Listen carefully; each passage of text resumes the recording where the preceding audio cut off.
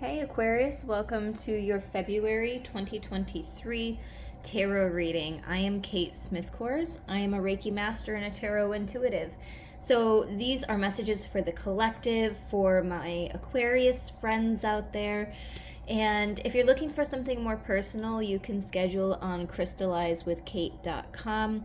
I have Reiki healings, tarot readings, and spiritual development coaching. So to dive right into your reading, what energy should you be expecting in the month of February for Aquarius? Well, we have the Eight of Wands, which is something coming in quite quickly, and the Moon card, which can represent, to me anyway, it could represent a water sign, Pisces, Cancer, Scorpio.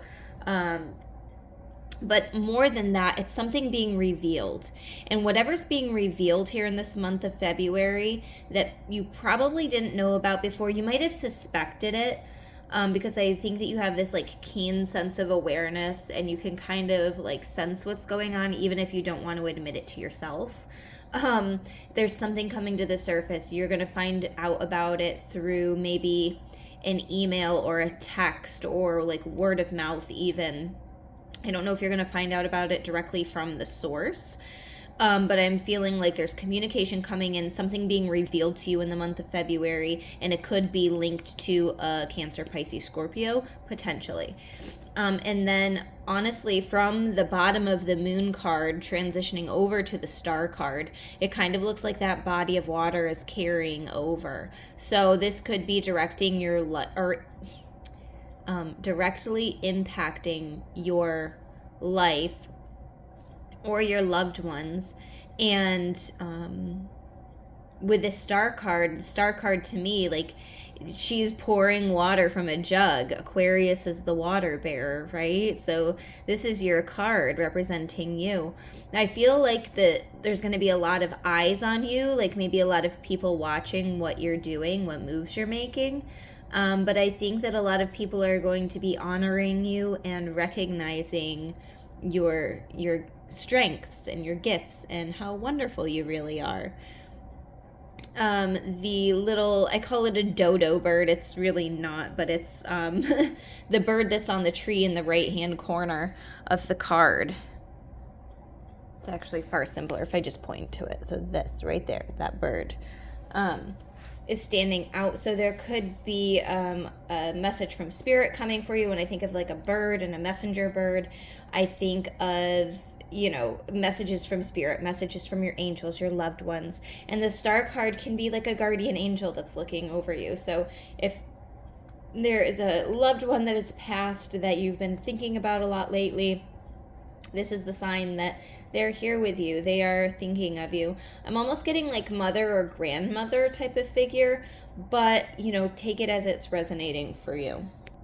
Now, I want to talk about some oracle cards. I'm using, I think it's called the Oracle of the Mermaids, but I'm not 100% sure. Anyway, we have this freedom card, independence, self-determination. And the vibe of this freedom card, going off of the vibe of the star card that's right next to it, I can see some similarities here where, there is a sense of independence. I feel like you are, while you are caring for others, you also have a sense of like self-care and taking care of yourself and making sure that you're meeting your needs. You're not depleting yourself too much. So just remember that as you're going through the month of February, not to deplete yourself too much. On the star card, she is pouring water from one pitcher into the body of water where she has her foot resting in, right? And to me, I'm seeing that as her self-care. And then in the other hand, she has another pitcher that water is flowing out of and going to all different directions. Some of it's leading back to her pool, but it, really goes out into other directions as well. And I see that as you taking care of others, but you're doing it in a way that feels very like self-sustaining, like you're doing it on your own. So some of you could be single parents, or maybe the caregiver for, maybe you're a caregiver or a nurse or something like that. But yeah, there's a sense of independence, self-determination. You could also be feeling like really good about yourself in the month of February, like really liking the way that you look, or like a boost in self-confidence. As she's sitting there, she's just giving off of these vibes on this freedom card where she's like, I don't know, she looks very confident, but she also looks a little bit like sexy, sensual too. So maybe you're just in this whole type of mood in the month of February. And then we have this Adrift card, letting go, allowing a higher force to take charge for a time. So this is definitely Spirit reminding you to try not to control something too much, because it could end up backfiring. You just want things to be able to play out the way that they're supposed to be. So let go of some of the control here. On that Star card, it almost looks like she's really trying to control the flow of water. And sometimes we just need to let the water run where it's going to run. It needs to follow its own path, its own course. And like you think about a river and how it shifts courses, like it'll be more to the, like it'll shift more to the left or shift more to the right, like over the years. So I feel like somebody or something in your life is shifting, and you need to try your best not to try to control it. And on this Adrift card, it's the number 27, which in numerology condenses down to the number 9. And so I feel like there's a big change coming for your life. I feel like there's a change, a shake-up, and by you letting go, allowing a higher force to take charge for a time, not trying to control the situation too awful much, it's going to go a lot better for you, okay? Then the Moon card is also the number 18, which condenses down to the number 9 in numerology. So again, there's that number 9 energy. So I just thought that I would point that out as well. And we have the number 43, endurance. Keep going. So, okay, so I want to point out that this is an 8 energy here. So this is the number 8 card. This is the number 17, which reduces down to the number 8 in numerology. So we have some 8s. We also have this number 7. This is 43, which condenses down to a 7. So we have 7, 8, and then we have these 9 energies as well. This was the Moon card back there was a number 9 energy. So it's like this this progression of energy. Like I almost wonder if it's you're starting to feel really good about yourself, you're feeling free, you have this sense of independence, and then some like news comes in that could be like a little bit of a shakeup for you or your family. And at first it might be like you might want to try to control the situation, but then you're like, no, I just need to let it go. I need to let it be what it is. And however this is supposed to play out, it'll play out.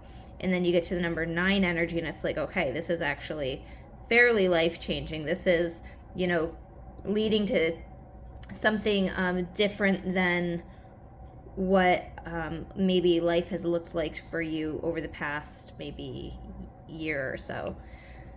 So yeah, there's definitely some type of big change coming for you in the month of February. I feel like your life has been changing. I feel like there has been a lot of changes coming in, some of them really positive, and I'm sure some of them maybe haven't felt the best. But yeah, anyway, moving on. This endurance card, number 43. Keep going. Like what I had said, some of the things that you've been going through over this past year, and I think especially recently, maybe there's been some things that haven't felt the best. So Spirit is encouraging you to keep going. They're sending you that message of endurance. As things are progressing for you, as you're finding out new information, as all of these different things in your life are playing out, keep pushing forward, keep going. You're doing amazing. And then the last oracle card from this mermaid deck that I want to talk about is the number 31, Coral's Wisdom. Says colony, delicacy, fragility, works that are created over great periods of time.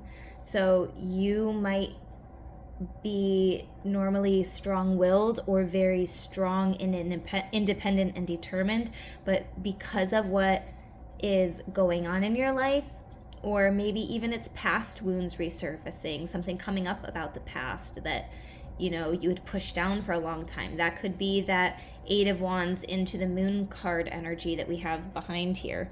But anyway, there's a sense of delicacy, fragility that is present with probably your mental emotional state, because of maybe if like you moved away from home, maybe you're really homesick, maybe if you're just going through a really hard time with like a partner or a loved one, it's like really eating at you. And you know, the